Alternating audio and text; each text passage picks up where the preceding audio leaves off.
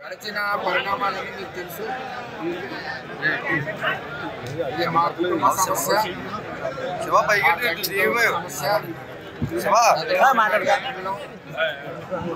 Party యొక్క ఇబ్బందులు, మరి ఇక్కడ కార్యకర్తలు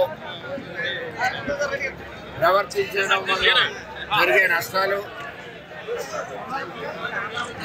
మీరు పోటీ చేయడం వల్ల జరిగే నష్టాలు చంద్రబాబు నాయుడు గారు వివరించి నన్ను అడిగినప్పుడు ఆయన చెప్పిన ప్రకారం తెలుగుదేశం పార్టీ పిఠాపురం తెలుగుదేశం పార్టీ కుటుంబం ఈరోజు కార్యకర్తల సమావేశం పెట్టి చంద్రబాబు నాయుడు గారు చెప్పిన విషయాలన్నీ వాళ్ళకి తెలియజేసి ఇవాళ పవన్ కళ్యాణ్ గారికి ఎలక్షన్ చేయడానికి మరి అవసరమైన విధానాలు చంద్రబాబు నాయుడు గారు ఏం చెప్పారో అవన్నీ విపులంగా తెలియజేసి వారందరినీ భాగస్వామ్యం చేసి చంద్రబాబు నాయుడు గారు ఇచ్చిన ఆదేశాలు, నేను ఇచ్చిన ఆదేశాలు మీరు ఒప్పుకుంటున్నారా లేదా అని కూడా నేను తెలియజేస్తాను. అందరూ చేతులకి ధన్యవాదాలు తెలియజేస్తాను.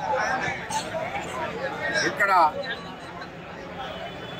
Telugu Desam పార్టీకిదే seat Pithapuram.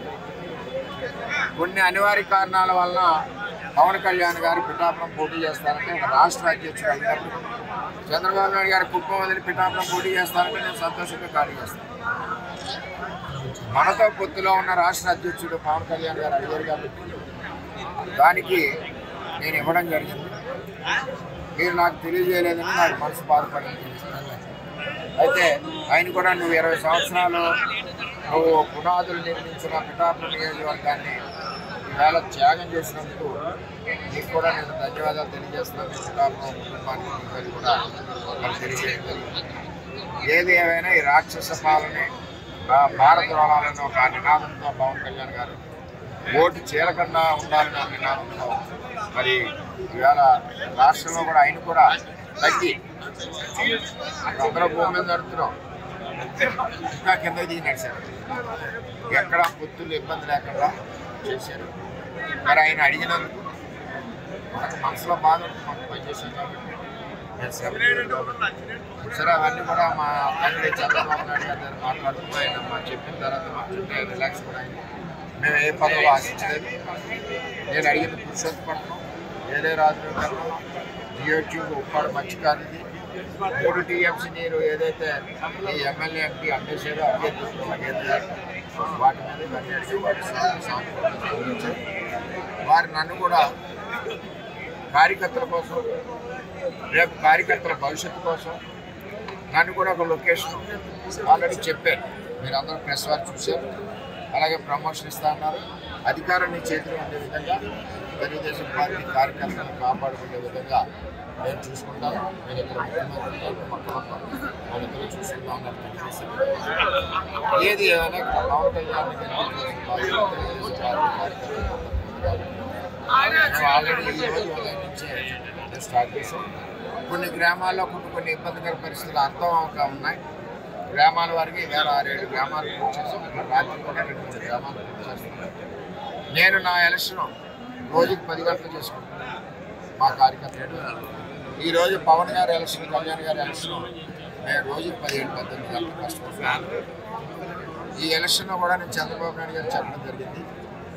Free hand స్వేచ్ఛగా నాకు స్వేచ్ఛ ఇస్తే నేను ఆయన గౌరవంగా ఆయన స్థాయి తగ్గట్టు మెజార్టీ తీసుకొచ్చి నేను గెలిపిస్తాను. స్వేచ్ఛకు భంగం కలిగే విధంగా కొన్ని డెసిషన్ తీసుకోవాలి. నేను 6 గంటలకు వస్తా ఫీల్డ్కి, ఎవరో 10ంటికి వస్తే నేను అతని గురించి వెయిట్ చేయను. ఆ విధానం ఉండకూడదు. నాకు స్వేచ్ఛ ఉండాలని చెప్పి ఆయన కూడా చంద్రబాబు నాయుడు ఆయన చేస్తాను. అది ఆయన ఇష్టం, పవన్ కళ్యాణ్ గారి ఇష్టం. మనం పనిచేస్తాం. ఇక్కడ మెజార్టీ రావాలి, ఫీల్డ్లో వర్క్ చేయాలి. ఫీల్డ్లో ఉన్న టీం మనం, ప్రజల్లో ఉన్న టీం మనం, 52,000 ఇళ్ళు తిరిగి ఇంటింటికి తిరిగిన టీం మనం, 1,75,000 ఓటర్ని కలిసిన టీం మనం. చేత ఈ టీంకి స్వేచ్ఛ ఇచ్చి పనిచేస్తే ఆయనకి బ్రహ్మాండమైన మెజార్టీ వచ్చి తీసుకెళ్ళి గెలిపిస్తాం. అలాగే మన కార్యకర్తలకు తెలియజేస్తున్నాం. మనం వీళ్ళందరూ ఏమనుకుంటున్నారంటే ఏదో పార్టీని కలిపేస్తున్నారని అనుకుంటున్నారు. తెలియదు. మనం సైకిల్ మీద వెళ్తున్నాం, గ్లాస్తో టీ తాగుతున్నాం, ఓటేసి వస్తున్నాం గ్లాస్.